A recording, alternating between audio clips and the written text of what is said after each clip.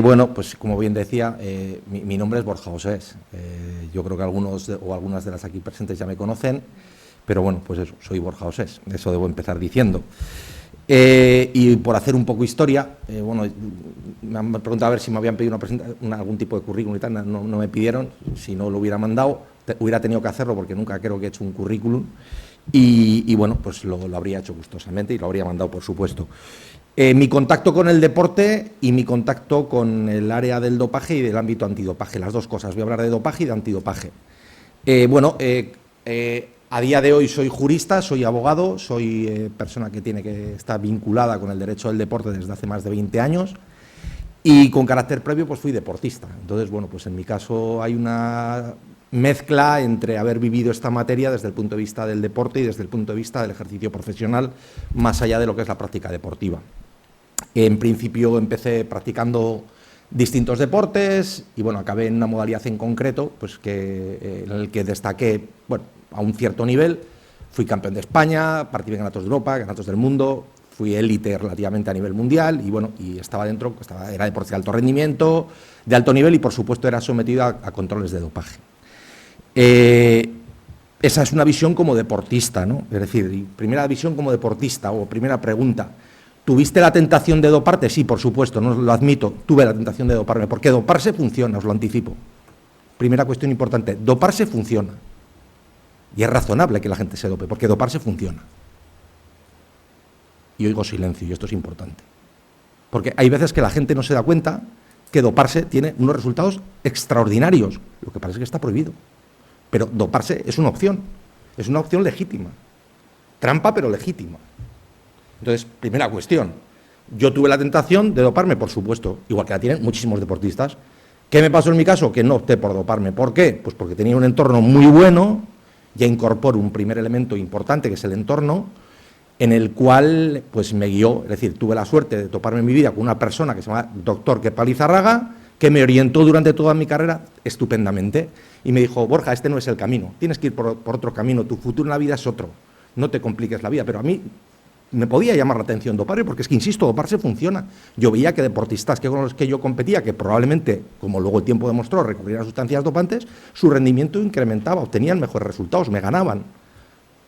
Entonces, eso es una primera reflexión a tener en cuenta, es decir, que yo tuve la suerte de toparme en la vida con gente que en mi entorno deportivo me llevó por el camino adecuado.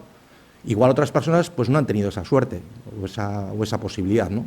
Entonces, ya desde el punto de vista deportivo, admitir eso, es decir, que bueno, que en la vida de los deportistas muchas veces se te plantea la situación de si, por qué doparte o no doparte, si merece la pena o no merece la pena. Entonces esto, yo creo que, no sé, muchas veces aquí se habla, ¿no?, que tenemos una mentalidad más mediterránea o más latina, que esto en los países escandinavos pues, o en los países nórdicos a veces no pasa, no sé. El caso es que a mí, yo que soy vasco, que soy de Bilbao, a mí en mi carrera deportiva, en ciertos momentos de mi carrera deportiva decías, joder, aquí esto parece que esto es una opción. Lo que pasa es que, evidentemente, tuve la suerte de que mi entorno me orientó por el camino bueno. Pues a otras personas igual no los orientado por el camino bueno, pero a mí tuve esa suerte, ¿no? Como quiera que, además de hacer deporte, pues tenía que estudiar, acabé estudiando una carrera para la que no tenía vocación, que era el Derecho. Yo me acuerdo que cuando estudiaba el COU me dijeron que rellenase un papel con el número de qué tal y puse, pues la primera que puse era, me acuerdo, era la de esta casa, puse Educación Física. Lo que pasa es que entonces no formaba parte del sistema universitario y vino el cura, pues yo estudiaba en colegio de curas, y vino el cura y dijo, esta fuera, la número 1 fuera. Automáticamente la segunda, empresariales, la tercera, económica, la tal, y metieron la última que elegí, que era Derecho. Y me encuentro con que me mandan, yo que soy de Bilbao a San Sebastián, a estudiar Derecho. Alguien que no tenía ningún tipo de vocación, ningún tipo de ascendencia jurídica en mi familia, ni nada parecido. Entonces, bueno, pues realmente acabé estudiando Derecho. Y digo, bueno, ¿qué hago aquí? O sea, de repente me vi de estar, en el mes de septiembre compitiendo pruebas de triatlón, etcétera, etcétera. Al día siguiente te ves montar un autobús de Bilbao a San Sebastián para llegar a una facultad de Nibaeta a estudiar Derecho. Y digo, ¿qué hago yo aquí? Y bueno, pues no me queda más remedio. Empecé a estudiar Derecho, bueno, pues iba sacando poco a poco y tal, y mi nivel deportivo empezó a aumentar, ¿no? Y bueno, pues me costó años sacar la carrera. Y bueno, desde el primer día que estuve en el Derecho dije, aquí tengo que buscarme algo que me motive, que me guste. Y tuve la suerte de que me empecé a aficionar por el Derecho del deporte. Cuando entonces tampoco era, no es como ahora, que había tantos medios, tantos recursos, tanta opción de especializarte y demás, ¿no? Entonces, bueno, pues estudié Derecho y fui introduciéndome poco a poco en el Derecho del Deporte, ya estudiando la carrera universitaria, a modo de leer artículos, revistas, cursos, tal, bueno, tenía ese cierto ese interés. Igual que con el hecho del dopaje, tuve la suerte de encontrarme a quien me hizo elegir el camino adecuado. Cuando acabé justo la carrera tuve la suerte también, no sé, creo que en la vida siempre tengo suerte, no sé, al final, no sé, debe ser una cuestión, pero bueno, he tenido suerte nuevamente, tuve la posibilidad de incorporarme a una gran firma del derecho del deporte, realmente la firma en el norte de la península de referencia, y yo llevo más de 20 años, entonces pues bueno, pues esta es otra opción que me ha permitido poderme dedicar ahora profesionalmente al derecho del deporte.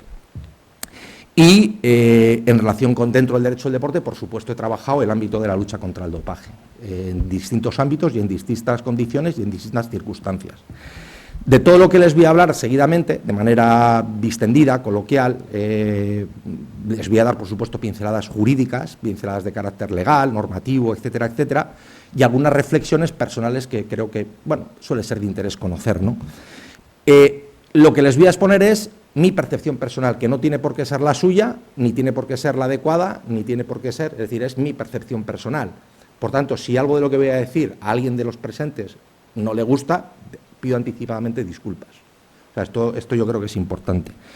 He tenido contacto con mucha gente, he hablado mucho con deportistas, he hablado mucho con entrenadores, he hablado mucho con médicos, he hablado mucho con gurús, he hablado mucho con traficantes, he hablado mucho con abogados, he hablado mucho con personal de agencias, he hablado con mucha gente, me he topado con mucha gente, he tenido la suerte de coincidir con mucha gente y de todos he aprendido algo, de todos.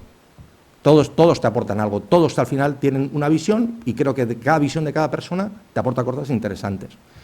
Y bueno, en base a ello pues me encuentro con una serie de reflexiones que son las que os voy a plantear seguidamente, ¿no? Bueno, en principio, cuando hablamos de dopaje hablamos de un tema complejo.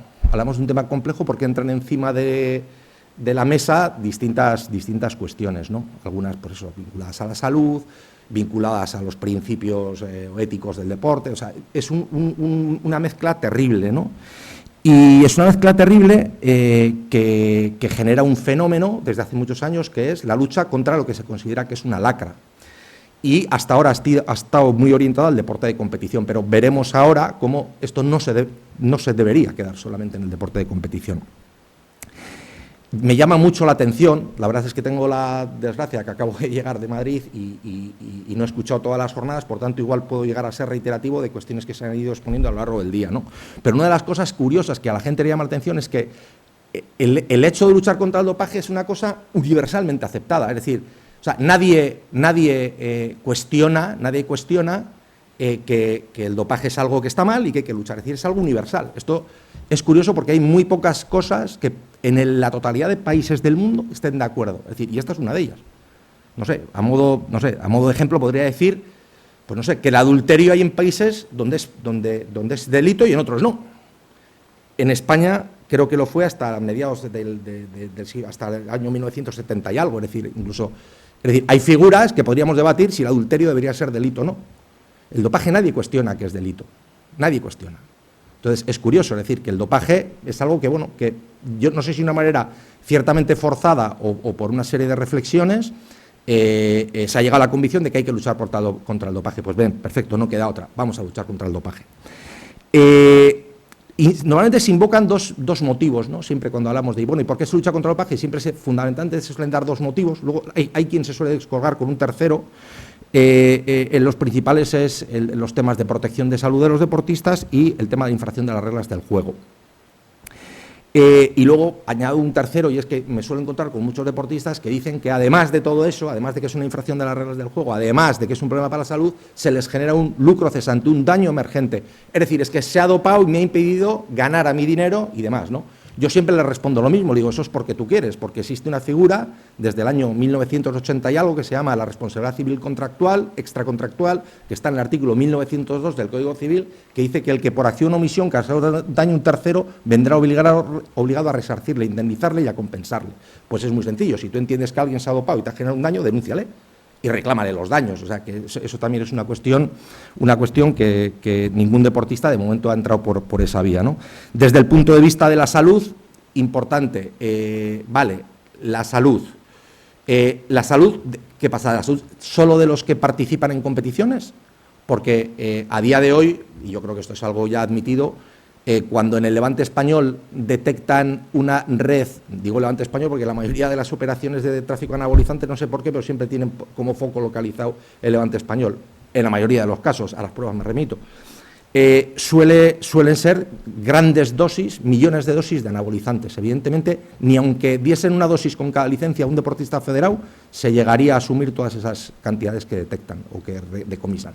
Por tanto, yo me atrevo a decir que el problema a día de hoy, desde el punto de vista de acceso y utilización de sustancias prohibidas en el deporte, está más vinculado a temas que tienen que ver con el tema de la imagen y con el tema, pues eso, de la vigorexia, trastornos de la imagen, juventud que quiere un físico imponente, no sé.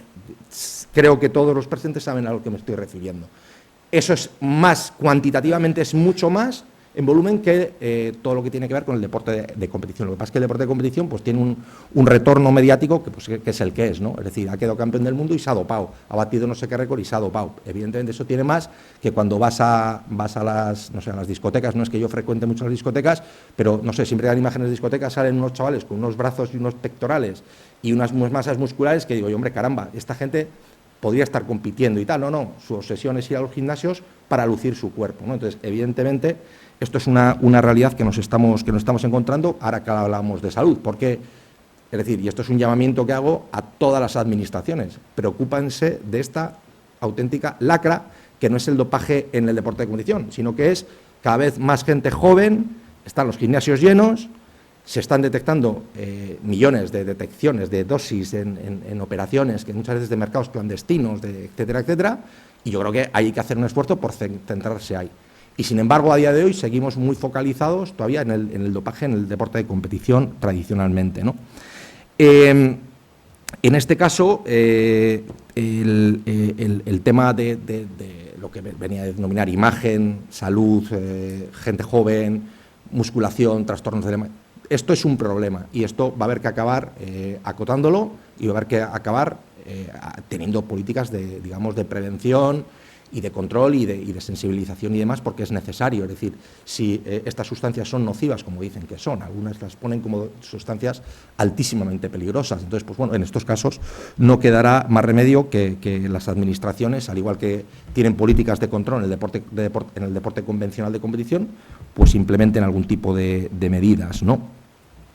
Desde el punto de vista de la trampa, bueno, evidentemente esto es un catálogo de infracciones y evidentemente te establecen una lista y hay que cumplir esa lista, y yo creo que poca discusión tiene para el ecosistema deportivo, para los deportistas, para los clubes, etcétera, etcétera. Hay una norma y hay que respetarla. El problema es si esa norma está bien o no. Bueno, como norma que es, se supone que ha pasado todos los filtros y todos los parámetros de legalidad, de proporcionalidad y de coherencia, y además se confluye aquí la circunstancia de que está todo unificado y universalizado a través del Código Mundial Antidopaje de la Agencia Mundial Antidopaje, a nivel de procedimientos, a nivel de listas, a nivel de todo. Es decir, está todo más o menos estandarizado, lo cual yo creo que eso ha sido una cosa favorable. El problema que nos estamos encontrando es que, pese a que hay una cada vez mayor sensibilización, cada vez hay más programas de controles, etcétera, etcétera, siguen apareciendo casos, y añadiré, y van a seguir apareciendo casos. El dopaje es inherente al deporte, es decir, toda la vida ha existido, o vamos, desde de antiguo ha existido y va a seguir existiendo. Es decir, y bueno, pues es una realidad, es decir, es pues como probablemente hay gente que defrauda al fisco históricamente, pues seguirán defraudando al fisco. Es decir, esto es una realidad que va a seguir existiendo porque es inherente a la condición humana, y la trampa, pues bueno, pues desde el punto de vista de ciertos deportistas es muy recurrente, ¿no?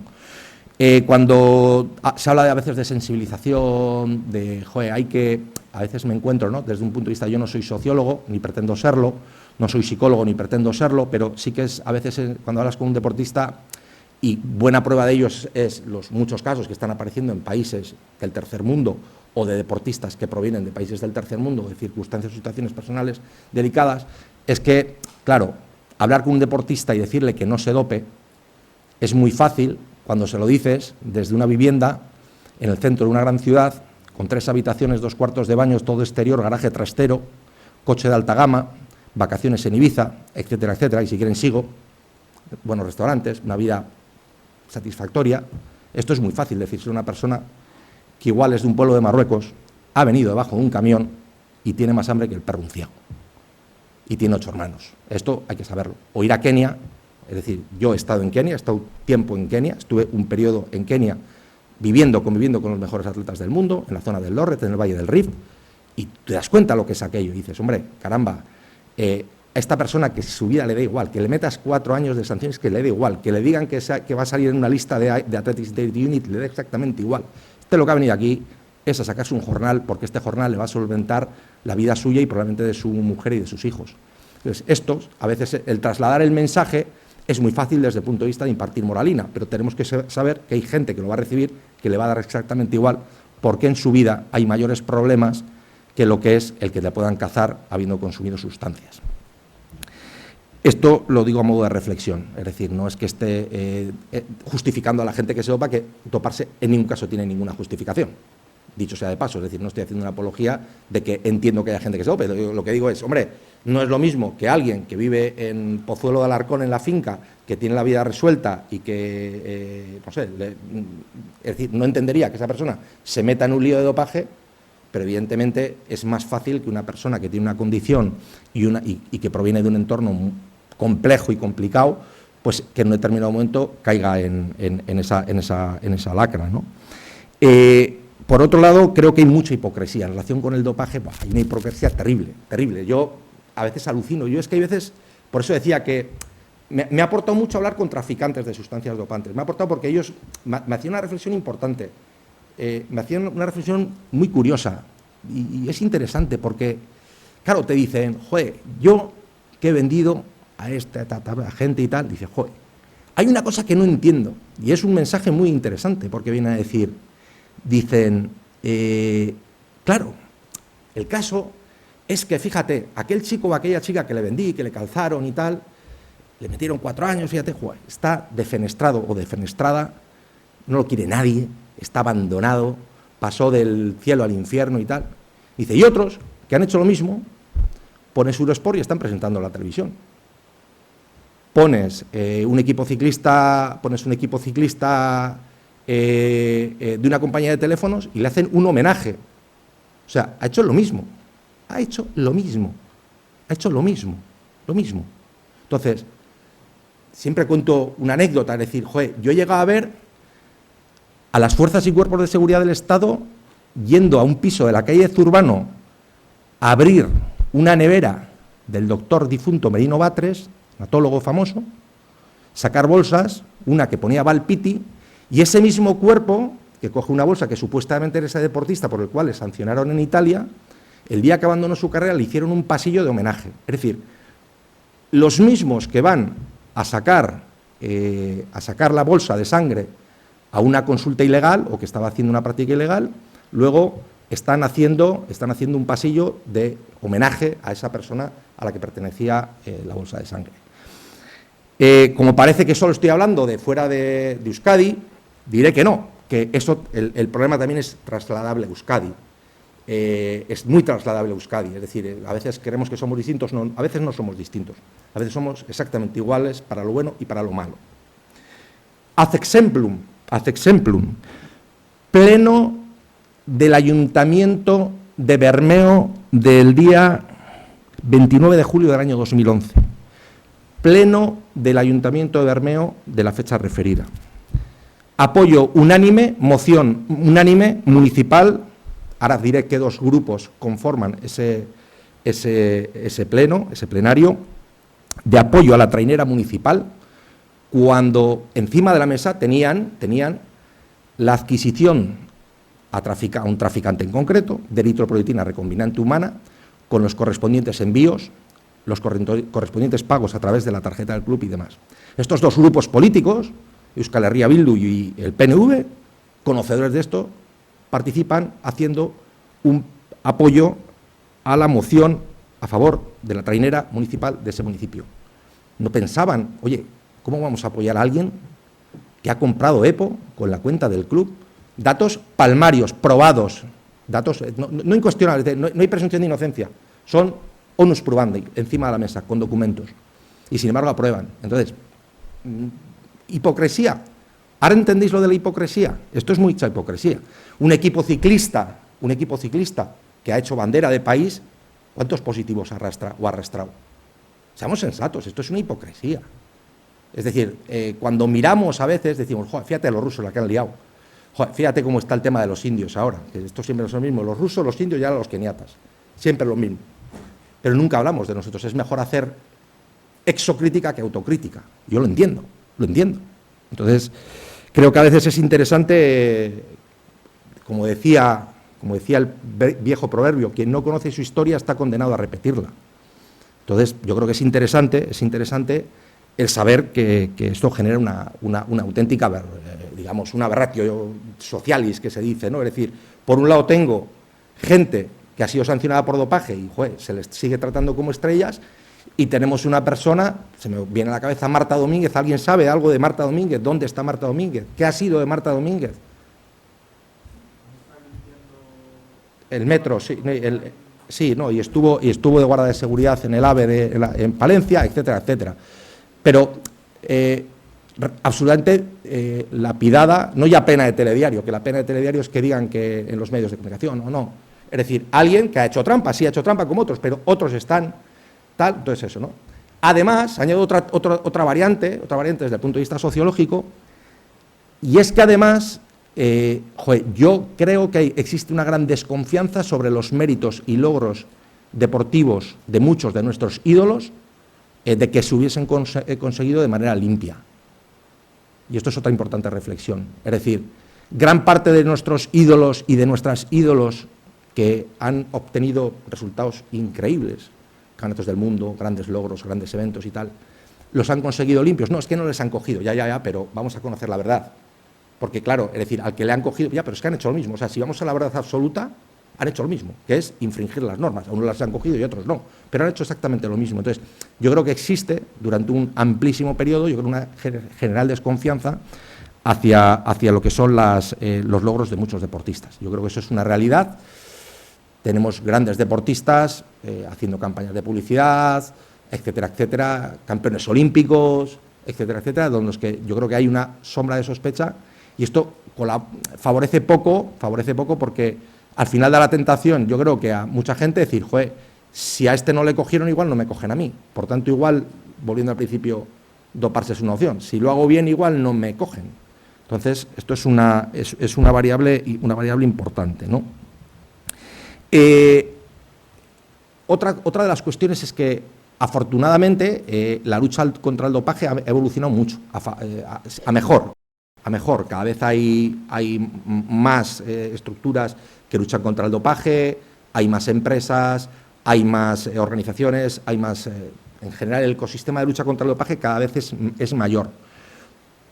Más duda me genera si cuanto más grande está correctamente vertebrado, organizado y cohesionado. Es decir, si existe una lógica en el funcionamiento, porque si es una sola estructura sería muy sencillo. El problema es que hay un montón de estructuras. Hay un montón de estructuras desde el punto de vista de federaciones internacionales, organizaciones antidopaje nacionales, organismos universales, etcétera, etcétera, y la coordinación y establecer un marco de excelencia desde el punto de vista de una política adecuada, de maximizar o sea, tener una óptima aplicación de los recursos, ser absolutamente, ahora hablaré de dos conceptos importantes y tal, yo creo que cada vez el crecimiento ha supuesto que se hayan generado grandes problemas, ¿no? También hay que reconocer que la lucha contra el dopaje se ha convertido en un negocio. La lucha contra el dopaje se ha convertido en un negocio. Esto tenemos que ser conscientes. Los que formamos parte de esto tenemos que asumirlo. Esto es un negocio. El dopaje es una lacra y la lucha contra el dopaje es un negocio. Lo es. Y no hay nada más que ver, por ejemplo, que cuando hay las federaciones internacionales o el Gobierno de España y demás licita los programas de realización de controles, con, digamos, licitaciones y unos precios elevadísimos, pues hay auténticas luchas sanguinarias entre empresas por hacerse con las adjudicaciones. Entonces se ha convertido en un negocio. Y a veces esto acaba generando un problema, ¿no? Cuando en una cosa tan importante como esta acabas incorporando un factor mercantilista, acabas generando un problema, ¿no? ¿Por qué? Porque te has podido equivocar en la licitación. Has podido hacer una licitación pensando que bueno, los números te cuadran y te cuadraban hasta que te mandan a hacer un control de pasaporte biológico a la cima del Teide, a un hotel ahí en la cima del Teide, a un determinado ciclista, y la muestra tiene que estar en X horas refrigerada en no sé qué laboratorio. Y te ha costado la broma 5.000 euros, cuando tú habías calculado que tu ratio de beneficio en esa licitación era un control a un precio de 200 euros, 300, 400 euros. Y te ha costado la bromita 5.000 euros de ese control. Pero eres el adjudicatario, te han ordenado esa misión y tal, ¿no? Entonces, yo creo que hay una importante situación de business, de negocio, en todo lo que tiene que ver con la lucha contra el dopaje. Es decir, esto es una realidad. Cada vez hay más empresas, cada vez hay más organizaciones, incluso ya la creación de una macroestructura a nivel universal más allá de WADA, que es ITA, que es la gran empresa, el gran lobby del antidopaje a nivel mundial, que es ITA, que es un poco el facta factorum de la lucha contra el dopaje ahora mismo a nivel mundial. Y bueno, esta es una realidad, ¿no? Que, bueno, pues que hay que asumir que estamos ante un negocio, ¿no? Y este negocio, además, está el negocio de los laboratorios, lógicamente. Para un laboratorio, fijémonos lo que supondría que un laboratorio pues te lo cierren o presente que ha sido capaz de cometer cualquier error, cualquier positivo reportado que se demuestre que no sé y tal, pues esto es un problema. Es decir, esto al final, detrás de estos laboratorios hay personas, hay familias y hay modos de vida, ¿no? Entonces, esto es importante, ¿no? Desde el punto de vista, más allá de lo que es todo esto que hablaba de, bueno, pues la realidad de todas las empresas y tal, sí que me llama la atención que siempre se acuñan dos términos o dos expresiones en el contexto antidopaje a nivel mundial, y estos dos conceptos yo no tengo tan claro que se estén desarrollando, o por lo menos no veo no veo una percepción de que se estén llevando a buen término. Y son dos conceptos que son claves, ¿no? Es lo que se llama Smart Testing y Sharing Information, es decir, controles inteligentes y compartir información. Te dicen que una política adecuada antidopaje requiere de estos dos principios. Controles inteligentes, no hacer controles por hacer, que tienen un coste, sino hacer controles objetivo inteligentes, unos controles muy bien planificados y muy bien dirigidos, para no hacer controles a ciegas, más allá de lo que puede entenderse como razonablemente disuasorio. Y por otro lado, el compartir información.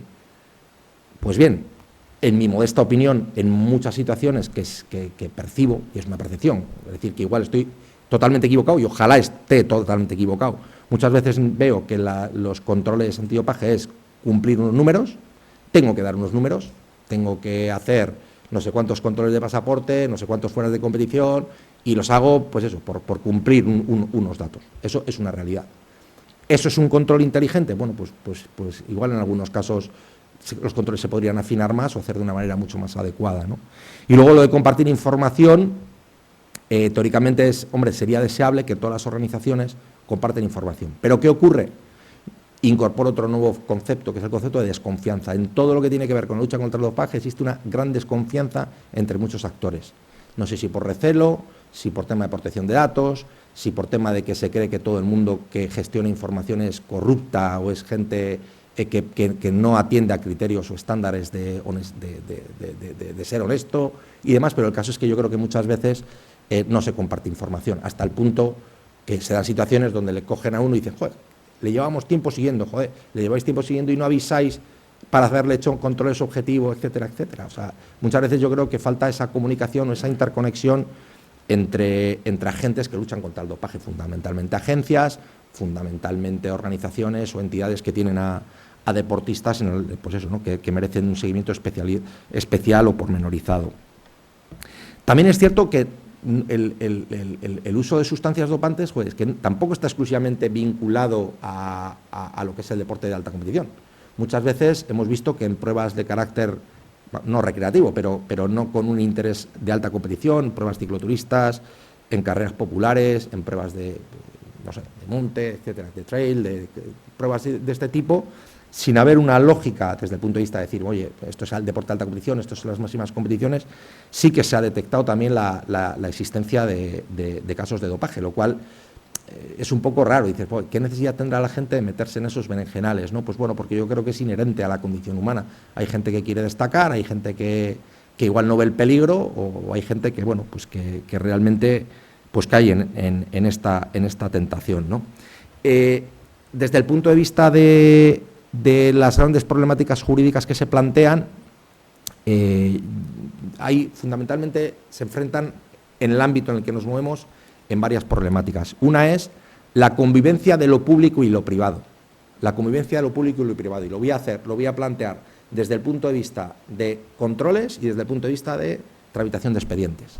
Desde el punto de vista de controles, ya sabéis que hay, digamos, lo público y lo privado. Sabéis que básicamente las federaciones deportivas son entidades privadas, pero que en algunos casos, en nuestro ordenamiento, en el ordenamiento autonómico y en el ordenamiento estatal, desempeñan funciones públicas de carácter administrativo por delegación, y entre esas funciones públicas está todo lo que tiene que ver con la lucha contra el dopaje, o sea, con todo el tema del control de las sustancias y métodos prohibidos. Y esto es una función pública delegada. Sin embargo, a nivel internacional no entienden ese concepto. Para ellos es sus reglas y sus normas de entidades totalmente privadas, entidades de carácter y corte privado. Pues bien, esa interconexión entre lo público y lo privado tiene unas consecuencias brutales, desde el punto de vista de sometimiento a controles y desde el punto de vista también de reacción ante expedientes. Se ha dado la circunstancia en este país que, dependiendo si el expediente te lo tramitaba, digamos, iba por la vía nacional o por la vía internacional, la respuesta era una u otra. Y la posibilidad de éxito del deportista era una u otra. O la posibilidad de que durante un largo periodo, mientras se resuelva el expediente, puedas participar o no, es una u otra. Entonces, realmente aquí hay un problema entre lo público y lo privado, como en otras materias. Es decir, esto es, ¿qué es más lógico? ¿Que la lucha contra el dopaje se enfoque desde un punto de vista de lo público o exclusivamente de lo privado? ¿Estamos en disposición de privatizar totalmente? ¿Ofrece mayores garantías? Yo personalmente no lo sé. Si tuviese la respuesta, evidentemente se la diría, pero no la tengo. Si esto realmente es adecuado que figure o resida en el ámbito de lo público o tiene que ceñirse a algo absolutamente privado, ¿no? Es una cuestión. Por otro lado, desde el punto de vista de las relaciones entre Estado y autonomías, a mí hay una cosa que me sorprende. Vamos a ver. A día de hoy, vamos a ser claros, en el ámbito, es decir, el deporte es una competencia, digamos, que ha sido asumida por los estatutos de autonomía, es decir, es una materia transferida. Como saben, en base a los estatutos de autonomía, en nuestro caso, en base al artículo 1036 del Estatuto de Autonomía, es una competencia transferida del Estado a las comunidades autónomas. En nuestro caso, el deporte es una competencia exclusiva plena, pero en el resto de comunidades autonómicas, sociedades autónomas, un total creo que de 19, pues también tienen esa misma competencia asumida. Sin embargo, solo hay una comunidad que está haciendo un ejercicio razonable, coherente y un ejercicio lógico de esa competencia, porque el dopaje forma parte del deporte y el deporte es una competencia transferida. Entonces, yo, no sé, una pregunta que me hago es, ¿las comunidades autónomas, quitando una, no se han planteado algún día que esto es una cuestión que deberían ejercer? Es decir, ¿es algo ajeno a ellos el dopaje? A las comunidades autónomas que son quienes ostentan competencia en esa materia. Es decir, ¿qué hacen? ¿Residirlo todo a nivel estatal para que sea el Organismo Nacional Antidopaje, la CELAD, quien asuma eso? Pero bueno, es que la CELAD se va a preocupar del deporte de carácter estatal o de deporte internacional, nunca del deporte autonómico. Y hay una realidad que es el deporte autonómico.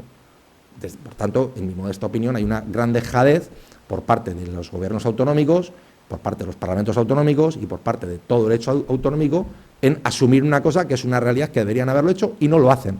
Se preocuparán de miles de cosas, del deporte escolar, del deporte federado, pero no de la lucha contra el dopaje, salvo una excepción, que es el País Vasco. Y en ese sentido, creo que el País Vasco, desde hace ya bastantes años, ha tenido, yo creo que el acierto de ejercer su competencia, y una competencia que además yo creo que ha dado sus frutos hasta el punto de ser una referencia desde el punto de vista de que, de alguna manera, pone encima de la mesa decir, oiga, que es que en Euskadi existe una agencia, existe una ley, existe un plan antidopaje y existe una reacción ante expedientes que se generan y que forman parte del sistema antidopaje. Entonces, claro, esto yo sé que incomoda, le incomoda a la Agencia Mundial Antidopaje, le incomoda, o parece que le incomoda, o no incomodar, quizás no es la palabra adecuada, no saben cómo afrontarlo desde el punto de vista de conexión con el sistema estatal y el sistema internacional. Se ha ordenado un sistema obviando que hay una realidad administrativa y competencial en nuestro territorio, que hay que dar una satisfacción desde el punto de vista de integrar el hecho autonómico en el ámbito universal, y hasta a día de hoy no se está siendo capaz, pese a los razonables y muy adecuados esfuerzos que vienen desarrollando las instituciones del País Vasco. Entonces, yo creo que eso sí que es importante, es decir, que seamos conscientes que el País Vasco es una referencia en la lucha contra el dopaje, lo digo bien claro, es decir, es una referencia desde el punto de vista de política pública de lucha contra una lacra. No sé, me pregunto, en Cataluña no hay, en Galicia, en Andalucía, es decir, ahí no hay una situación tal, es decir, solo es la CELAZ quien se tiene que ocupar de la lucha contra el dopaje. Incluso es muy sencillo, es decir, que siempre se articula la figura de los convenios con el ámbito autonómico, pero evidentemente si quien no puede ejercer casi la tarea en su casa, que es el ámbito estatal, como preocuparse del ámbito autonómico, es decir, es prácticamente imposible, ¿no? Esto es una cuestión importante, es decir, tener en cuenta que el País Vasco a día de hoy, creo que hay que asumir que tiene una política razonable, que tiene una ley antidopaje, que tiene un programa antidopaje, que tiene una agencia antidopaje y que desempeña una serie de actuaciones antidopaje que dan sus frutos, como lo viene demostrando que históricamente, como probablemente les hayan informado hoy, pues se detectan, primero ya es una cuestión de prevención desde el punto de vista disuasorio, segundo que se detectan casos y tercero que se realizan actuaciones que creo que son pues muy adecuadas en lo que es el contexto del ejercicio de esa competencia. Existen muchísimos problemas desde el punto de vista de gap o lagunas que todo el mundo detecta en el ámbito del dopaje, pero entre todos a veces no son capaces de poner soluciones, ¿no? El problema es que el sistema de los ordenamientos deportivos están muy tabicados para casuísticas concretas que pivotan normalmente en torno a una figura que se llama las relaciones de sujeción especial, que es las licencias, la adscripción y el ámbito subjetivo, objetivo, territorial, competencial y demás. Sin embargo, luego la realidad del deporte es mucho más compleja, es decir, tenemos ámbitos de competiciones en el que es un totum revolutum entre participantes de distintos sitios, en pruebas de calendarios de distintas federaciones, con agencias intervinientes de distintos espacios territoriales, y se monta una especie de totum revolutum que esto hay que solventar. Sobre todo porque además te encuentras con que en todo control antidopaje hay tres figuras. En cada misión antidopaje hay tres figuras, que son la autoridad de control de dopaje, la autoridad de gestión de resultados y la autoridad de recogida de muestras.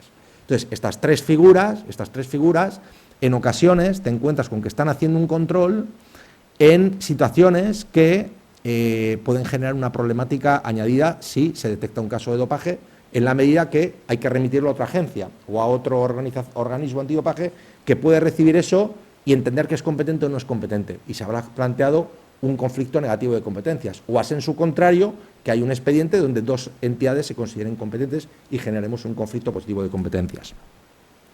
Pero aquí sucede una cuestión, y que, nuevamente, con buen criterio, el País Vasco, siguiendo el modelo no del Estado español, sino del modelo de otros países que tenían una política antidopaje más pretenciosa, incorporó una de las grandes cuestiones que probablemente no les habrán hablado hoy a lo largo del día, pero que es muy interesante. Yo creo que es uno de los grandes valores que tiene el País Vasco. El País Vasco implementó un sistema de lucha contra el dopaje en doble vía. Una es la vía disciplinaria y otra es la vía de la potestad sancionadora administrativa. Es decir, más allá de la asistencia a relaciones de sujeción especial, es decir, de licencias que te vinculan para poder sancionar a aquellas entidades con las que tienes suscrita la licencia, se establece una cosa que es el principio de potestad sancionadora en base al criterio de territorialidad. Es decir, cualquier persona que está participando en el País Vasco en una actividad, salvo dos excepciones, está sometida al régimen de sanción de las autoridades públicas administrativas del País Vasco por la comisión de ilícitos administrativos, infracciones administrativas, no disciplinarias, sino infracciones administrativas. Entonces, esto es un sistema muy adecuado porque reduce el número de posibles casos que queden sin una respuesta sancionadora en caso de haber un supuesto de dopaje. Pero a mayor abundamiento, este sistema es muy productivo porque, es decir, en ocasiones gran parte de los deportistas están participando en competiciones que están fuera de todo calendario, deportistas que están sin suscribir una licencia y están participando en competiciones en nuestro territorio que tienen una posibilidad de realizar controles antidopaje. ¿A través de qué? A través de este principio de territorialidad, y la ley del País Vasco, a diferencia de la ley del Estado, contempla este recurso, esta herramienta o esta, variable que es muy interesante. Yo creo que no se ha valorado en su justa medida algo que se incorporó en la ley del dopaje del año 2012 y es en mi modesta opinión, es un gran diseño desde el ámbito de la jurisdicción administrativa para poder actuar frente a casos que se producen en el día a día, ¿no? Es decir, de casos de dopaje. Desde el punto de vista un poco por ir terminando, no sé cómo ando de tiempo. Muy bien, vale. No va bien, vale. 5 minutos, vale. Bueno, pues limitaré a 5 minutos lo que me queda. Vamos a ver, estaba haciendo ahora, ya entrándome en lo jurídico, hablaba de la doble faz que tiene la lucha contra el dopaje en el País Vasco: disciplina deportiva, potestad sancionadora administrativa. Esto es un tema interesante. Desde el punto de vista también hay que saber que cuando hablamos muchas veces de dopaje estamos hablando también de la comisión de ilícitos penales. La comisión de ilícitos penales por parte no de los deportistas. Hay en países donde incluso se ha planteado e incluso se ha institucionalizado penalmente que el uso de sustancias prohibidas, más allá de una infracción administrativa o una infracción disciplinaria, también tiene la consideración de delito, pero en España o en base a nuestro Código Penal, desde que existió la reforma en el año 2006, pues realmente a través de una ley orgánica que modificó el Código Penal ya se incorporó el delito del dopaje.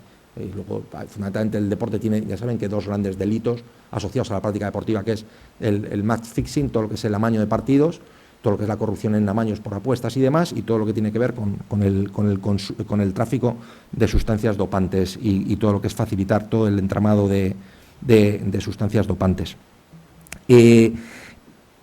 Es absolutamente necesario, yo creo, que establecer políticas antidopaje bien diseñadas. O sea, yo hay veces que alucino, o sea, hay veces que me encuentro y digo, pero ¿qué política antidopaje te encuentro? Tengo la suerte o la desgracia de tratar con algunos deportistas de mucho nivel, de distintas modalidades deportivas, y a veces les pregunto, oye, ¿cómo andas de controles últimamente? ¿Cómo estás? Y te dice, ¿te puedes creer que voy a correr el Campeonato del Mundo dentro de 3 semanas y no he pasado un control antidopaje fuera de competición en los últimos X tiempo?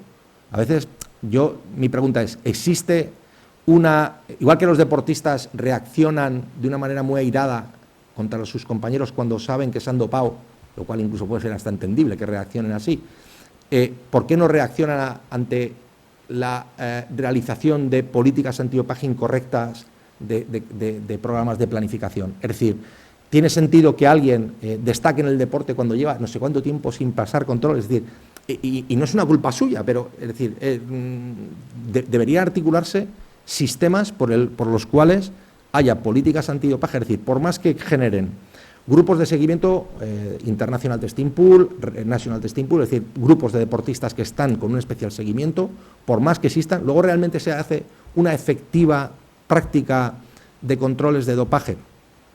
Yo a veces tengo mis dudas. Alguna vez que pregunta a algún deportista, oye, joder, has quedado no sé qué, ¿cómo? Joder, llevo sin pasar un control 6 meses. Joder, no, resulta deseable que gente top en el deporte a veces te dicen lo contrario. He pasado 20 controles en los últimos 12 meses. Pues también existe esa... Pero bueno, existe una cuestión que me planteas, ¿existe eso tal? Vale, luego una cuestión, y con esto termino, es, les he dicho que soy jurista, y como jurista yo me planteo a veces una serie de cuestiones, ¿no? Les voy a intentar leerles dos fragmentos de información oficial que como jurista me generan dudas, ¿no? Es decir, al final tenemos la sensación de que esto es un sistema de lucha contra el dopaje que pivota en torno a unos resultados analíticos. Es decir, esto al final es, aquí hay una infracción porque hay un laboratorio o hay un sistema que dice que en tu organismo se ha detectado no sé qué sustancia. Y otra variable, que es los métodos indiciarios, a través de sistemas bayesianos, todo esto que se dice y tal, que es a través del pasaporte biológico. Sin embargo, yo que conozco científicos que luchan contra el dopaje y conozco ámbito de juzgados y magistrados que se dedican a enjuiciar situaciones de dopaje, en mi modesta opinión, en ocasiones, el mundo de la ciencia pone muy fácil a los abogados defensores de deportistas que se dopan les pone ciertamente fácil el trabajo. Hay frases en documentos oficiales que, desde el punto de vista de la judicatura, son delicados. Y les voy a poner 2 ejemplos, si me lo permiten, porque creo que son de interés. Me voy a referir a un documento de carácter nacional y a uno de carácter internacional. Vamos a ver si lo encuentro. Si lo encuentro, lo tengo por aquí. Vamos a ver. Yo creo que lo tengo por aquí. Vamos a ver. Correcto, ya lo tengo localizado. Voy a referir 2 documentos. Uno está elaborado por la directora del Laboratorio de Control de Dopaje de la Carlos III, es decir, es el laboratorio de Madrid de toda la vida, es decir, vamos a ser claros, Laboratorio de Madrid. Y voy a referir también un documento también del laboratorio de referencia, yo creo que mundial ahora mismo, que es el laboratorio de la USAN, el laboratorio de análisis de dopaje de la USAN, con un documento que habla también digamos, un documento también avalado o respaldado por la Agencia Mundial Antidopaje. Y yo me gustaría que todos y cada uno de los aquí presentes, o de las aquí presentes, hagan un ejercicio de sentirse por un momento jueces o magistrados. Póngase la toga con tal, y yo les voy a leer una frase y a ver qué opinan. Documentos oficiales. Es decir, digo porque aquí es muy fácil echar a los leones a un deportista, es muy fácil. Y decir, el deportista se ha dopado y está hecho trampa y lo sé y tengo tal, pero llegamos a la judicatura, llegamos al procedimiento de enjuiciamiento y nos encontramos con que quien ha hecho el control nos dice, por ejemplo, estoy refiriendo un documento publicado en la página de la Agencia Española Antidopaje que se llama La imposibilidad de alcanzar la certeza absoluta en cualquier medición de los laboratorios de control de dopaje oficial. Y dice, es imposible, firmado por la directora del laboratorio, dice, es imposible que los laboratorios emitan resultados totalmente ciertos, en sentido estricto, y que la indubitabilidad de estos va siempre acompañada intrínsecamente de cierto margen de error. Vale, con esto les he hecho un poquito la introducción, ¿vale? Es decir, la propia dirección del laboratorio nos dice que es posible, ya sé lo que van a sacar, las pruebas de paternidad de ADN, o sea, me van a sacar todo esto, pero recuérdenlo que ustedes ahora son jueces. Vale, pero es que como no solamente tengo esto, sino que además, de momento les he sacado un rey, pero es que ahora les voy a echar 2 ases. Les voy a leer un estudio que se llama Un enfoque forense para la interpretación de marcadores de dopaje sanguíneo, el documento que ha sido universalmente utilizado para validar el pasaporte biológico. Y dice nada menos que la jurisprudencia, o sea, lo que ustedes van a decidir, tendrá que definir si una sanción de 2 años requiere un valor tan alto como el 99,8 o un 99,9, o se acepta un valor más bajo. La regla de no inicio, que no es una regla antidopaje en sí misma, también podría ser aceptable tan pronto como se alcance un nivel como el 90%. A medida de que el valor de la probabilidad del dopaje requerido para considerar un atleta dopado aumenta, se brinda protección al atleta no dopado, ya que es más difícil condenar al atleta dopado. Y agárrense, si 30 atletas dopados quedan libres en una competición de 200 atletas, su escape de la justicia podrá animar a muchos de los otros 170 restantes a doparse. Por lo tanto, el equilibrio entre liberar a 30 atletas dopados en una competición de 200 atletas y el riesgo remoto de condenar a un atleta inocente y no dopado tendrá que tenerse en cuenta ponderando el interés del deporte y de todos los atletas limpios. Esto será un difícil papel de los paneles disciplinarios. Es decir, nos están diciendo que piensen que son jueces. Ya sé que ustedes saben que se ha dopado, pero es que están diciendo, oye, que esto puede estar mal. Firmó por los laboratorios antidopaje, firmó por la WADA. Es que esto, para la judicatura, y se lo digo como jurista, esto es un problema. Si lo piensan, no lo digan. Si lo piensan y lo saben, no lo escriban. Porque luego el abogado, te viene, el típico crack, te viene un José Rodríguez y te hace un roto. Y te hace un roto. Entonces, al final ya sé que los malos siempre somos los juristas. Lo sé, lo asumo. No pasa nada. Nos va en el precio. Pero, evidentemente, estas afirmaciones en clave científica, llevado delante de un juzgado tribunal, oiga, ¿de qué me está hablando? Es decir, que yo puedo condenar a un inocente para que la gente no tenga un riesgo de doparse. Que tenemos que admitir, oye, que es que un 99,8, pues puede valer, oye, el 0,2, oye, pues si te ha tocado, te ha tocado.